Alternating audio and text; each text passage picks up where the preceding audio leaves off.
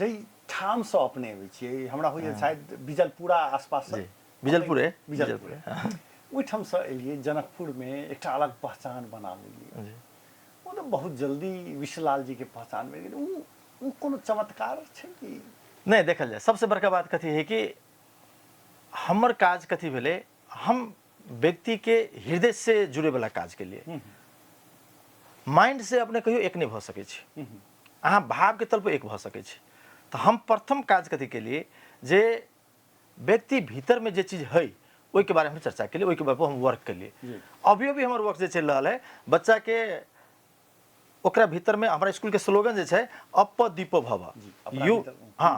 अपना जीवन के दिया अहाँ खुद बनो जखने कोई व्यक्ति अपना जीवन के दिया खुद बनबे के जखन आगाड़ी बढ़े छै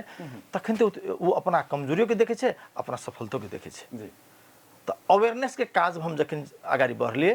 एहिमे अभिभावक सबके सहयोग भेटले सब अभिभावक सब ओते माया केलकै नहीं ई चीज से प्योर चीज भ रहल छै